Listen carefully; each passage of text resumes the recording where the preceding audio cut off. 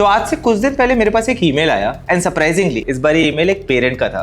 They said कि यार our student is bright, उसका फिजिक्स केमिस्ट्री स्ट्रांग है बट मैथ्स थोड़ा सा हल्का है एंड बच्चे को करनी थी लाइफ में कंप्यूटर साइंस। दे वर वरीड कि अगर हमने कंप्यूटर साइंस कराई तो वो अच्छा डेवलपर या अच्छा कोडर नहीं बन पाएगा, और अगर हमने कोई ऐसी ब्रांच जहाँ पे मैथ्स का उतना योगदान या उतना कंट्रीब्यूशन नहीं है तो शायद उसकी वहाँ पे career prospects and placements hurt होंगी। And that is where they were asking कि क्या इस टाइप के किड्स को जो जेई की मैथ्स, क्लास 11-12 की कॉम्पिटिटिव एग्जाम्स की मैथ्स होती है, जो बच्चे उस मैथ्स में वीक हैं, क्या उनके पास अच्छा कंप्यूटर साइंस इंजीनियर बनने का चांस है भी? And that is where I thought that I should bunk all the myths about what kind of maths do you need in order to become a great software developer. तो यार reality ये है कि यार mathematics is not just a subject, it's a design thinking principle. Maths does not teach you formulas but maths teach you कि यार आप mathematics के कॉन्सेप्ट को यूज करके रियल लाइफ प्रॉब्लम कैसे सॉल्व कर सकते हो। What really maths does is that it teaches you how to think in formulas, how to think in frameworks, how to think in structures. So don't worry about the toughness of what you are studying today, but what is really important is कि do you generally enjoy problem solving or not, because all mathematical concept that you study are just basically teaching you different aspects of problem solving. So today we'll chat about कि यार आपका जो software developer का career है, let's say it's a 15-20 year long career. So we'll divide that career into 4 different phases. So in each phase we'll talk about what subdomains and what segments of your school maths will you need the most. So come on, let's start with that. Number 1, in the first 5 years of your career, you will basically use something called maths to build, because you will be an early stage programmer where most of your task would be to actually build systems, चाहे वो backend systems हों, infrastructure systems हों, traffic systems हों या user experience के systems हों. Nobody is expecting any kind of a complexity of optimization and design from you. People are expecting that you can make a simple platform where thousands of people or millions of users can come and the code does not break. The 2 subdomains of maths that you will use, one is called algebra and second is called basic arithmetic. Let's say आप Blinkit में एक entry level engineer और आपको पता है कि यार मुझे रात को x number of orders deliver करने हैं y minutes में और मेरा एक राइडर z orders ही कर सकता है. So what is the maximum number of orders that you will allocate to a rider? वो जो राइडर है उसके पास जब orders allocate होते हैं वो एक कोड से आते हैं और वो कोड आप ही लिख रहे होंगे अपने पहले 5 साल में. And that is where these basic maths around rates, quantities, percentages, allocations, I think these are very important. Sorry to interrupt your video, but this is a very important information for you. Polaris admission test or PAT is now live, and every 14 days there's a new intake of students who give the PAT test every fortnight. Thousands of students have already given the test, and this is their first step of becoming the top 0.1% software developers of tomorrow. Polaris admission test में physics या chemistry के academic सवाल नहीं होते हैं, बल्कि most of the paper is actually designed after mental ability, logical reasoning, and your arithmetic capabilities. And if you don't want to give maths, there is also an option for you जहाँ पे आप पूरा PAT सिर्फ coding पे ही दे सकते हो, because ultimately जब आपको लाइफ में करना ही कोड है, so we should also assess you only and only on code. आप Polaris आओ या ना आओ, but I would highly urge that you go and give the test, because that test will give you a very strong indicative idea of what a modern industry-led software engineering curriculum actually looks like. The link is in the description. Software development के पहले 5 साल आप कोई complex maths नहीं कर रहे होंगे, वो डरना बिल्कुल यूजलेस है. All you need to do is to be very very clear with your class 1 to class 8 की arithmetic and simple algebraic math. The real life applications of maths are not this trigonometry and differentiation and integration and calculus and anything else, but they are more about arithmetic, algebraic, visual, logical reasoning and much simpler concepts. And I think that is what you need to hear today. Now after this comes a very interesting second phase of your coding career. By this time you are 3 to 5 years of experience, so I'm assuming you will be 25 to 27, and now you are entering a second phase of your career where you are now not using maths to build but maths to optimize. And the kind of tools and learnings from maths that you will apply are not simple equations and arithmetic anymore. And in this stage, the expectation from you is not to basically build code, because anybody can write code and build products by now.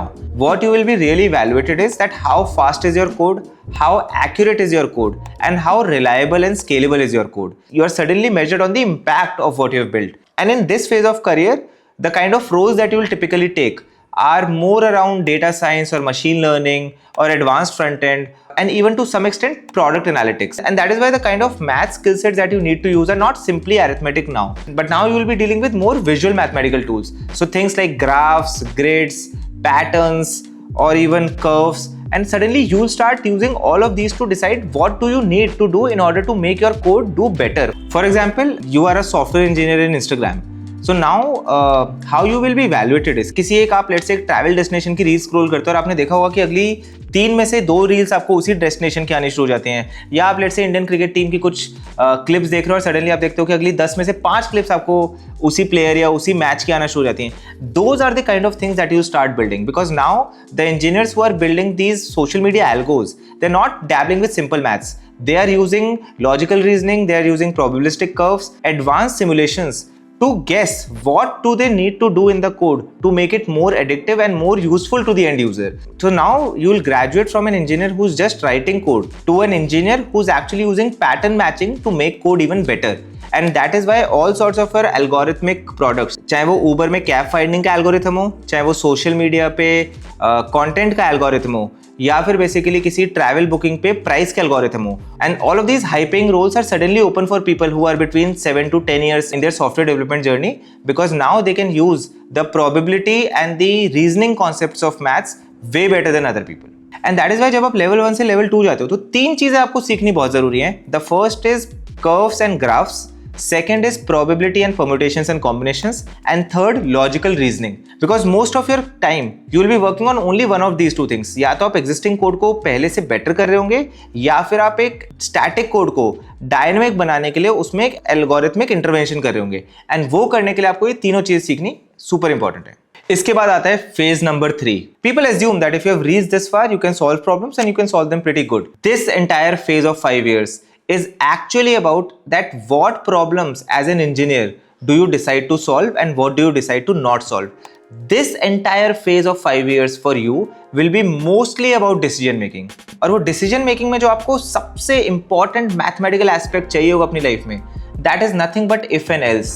What you will need is basically how to evaluate a decision based on trade-offs, based on constraints, based on priorities, and based on the resources you have. So this entire period becomes more about solving multivariable complexity than actually any other thing. For example, आप let's say Make My Trip के एक senior engineer हो who is basically responsible for designing an itinerary of a traveler. And traveler basically platform पे input करता है कि मुझे point A से point B जाना है, मुझे जाने में 10 घंटे से ज़्यादा नहीं लगने चाहिए, मेरी cost 40,000 से ज़्यादा नहीं आनी चाहिए, और जाते हुए मेरे को बीच में पॉइंट सी और पॉइंट डी भी कवर करना है. Now to optimize for this you have multiple constants, you have multiple trade offs, because अब आपको टाइम भी सॉल्व करना है, अब आपको कॉस्ट भी सॉल्व करनी है, और आपको बीच में जो 2 पिट स्टॉप्स दिए हैं उनको भी केटर करना है. So the problem suddenly goes from a linear equation in one variable to linear equation in multiple variables, because every constraint or every trade-off or every restriction is essentially one more variable for you, and that is where you start thinking in terms of design systems and architecture. And that is why in this phase engineers are not really deciding what to do, so they are eliminating all the other possibilities and probabilities until and unless they are left with the best possible route. And that is why if you look at developers during this phase of their career, the 2 most common fields that they pick are either system design, where they have to deal with like multivariable, multi-complex and distributed systems, or they are basically technical architects, where they are allocating what code should get what sort of power at what time and what is the priority of different code blocks in the overall architecture. And these roles are very high paying. That is why any software developer which is like 10 years plus in India, उसका CTC आराम से 1 करोड़ से ऊपर हो सकता है, because these are like very complex and very massive. And यही आप US में जाओगे तो ऐसे किसी भी इंजीनियर का CTC आराम से 4 से 5 करोड़ होता है, because the kind of calls they are taking, these calls are worth millions of dollars and very few people are able to take this. But the maths they are using is not trigonometry, it's not calculus, it is nothing but if and else. It is basically scenario planning or case stimulation, and that is where engineers become absolute irreplaceable. And this is the step 1 for any engineer to become a potential CTO, and this puts them in top 5% of software talent globally. And now इसके बाद आता है 4th and the most rewarding phase. Now you are entering the highest order of territory, where शायद आप कोई fundamental maths का skill set use नहीं करते हो, but all of these things that you have done and all of these mathematical concepts of arithmetic, algebra, formulations, graphs, curves, logical reasoning, patterns, all of these basically give you a superpower which is called judgment. Judgment, approximations, estimations, guesstimates, ये जो सारी की सारी powers हैं, These are the ones that you develop through these 15 years of rigorous day in and day out practice of mathematical concept that we spoke before. इस phase में जो लोग होते हैं या तो फिर वो टेक लीड्स होते हैं या CTOs होंगे या बहुत सीनियर प्रोडक्ट मैनेजर्स होंगे या फिर टेक फाउंडर्स होंगे. नाउ इनकी जो पावर है, इनका जो स्किल सेट होता है, it is not about that they can go and write a code or basically search about a technology, क्योंकि वो करने के लिए तो टीम में काफी सारे लोग हैं. इनकी सुपर पावर होती है on decision, and decision is made not just on intuition but also approximation, and approximation comes from quality estimation which comes from the experience of building judgment all through these years. So these people are very good at something called back of the envelope maths. They would find it very easy to approximate कि अगर हम ये वाला feature use करेंगे या अगर हम ये वाला फीचर लॉन्च करेंगे, so how many people are even potentially gonna use this? These people are very good to understand that if we change the architecture of our product, how much will be the approximate additional cost for it. These people are also very good in understanding that if we launch a new city or a new category, what is the kind of technology and how much time will our entire engineering team approximately take. वो 2 महीने का 3 महीने भी हो सकते हैं, 1.5 महीना भी हो सकता है, but they will never be very off. They will never say कि यार 1 साल लगेगा और फिर शायद 3 महीने में हो जाए, या बोले कि 3 महीने में हो जाएगा और 1 साल लग जाएंगे. These people build a very strong capability of very close approximations and very fine-tuned guesstimates. They are able to take the hardest calls, जिसका कोई सही आंसर नहीं होता. Should we build this or not? Should we scale now or should we wait? Should we acquire something or should we build that in-house? These people are very good at taking these calls of tomorrow, which are very subjective. So in this phase, you have to do nothing, but you have to develop just 2 or 3 things, which is your intuition, which is your estimation, and then the confidence to back your decisions. But the reward is so high that if you do this, you're not just gonna become any other software developer. You'll either be a chief product officer or a chief technological officer, or probably even a great tech founder in yourself. And the kind of people who are able to get good at this, I'll give you a few examples. For example, Kailash from Zerodha, I'm pretty sure he would be good at all these things. And Parag, who was the CEO at Twitter, he was a technical guy who became the CEO of Twitter. Like, why? Because he could build this judgment and estimation and decision making capability. Or even somebody like a Sundar Pichai, he is not a technical coder by himself, he's a product manager, but because of developing these intuitive abilities of decision making, he is now the CEO of one of the world's largest tech companies and probably the favorite company of all of us. All of these people are very good in this phase 4 of their technical career, and that is why they get to call all the shots of their company and product. And that is why they are not just the top 10% or the 5% or 1% or even 0.1%. Now these are the people who are the 0.01% people in the world.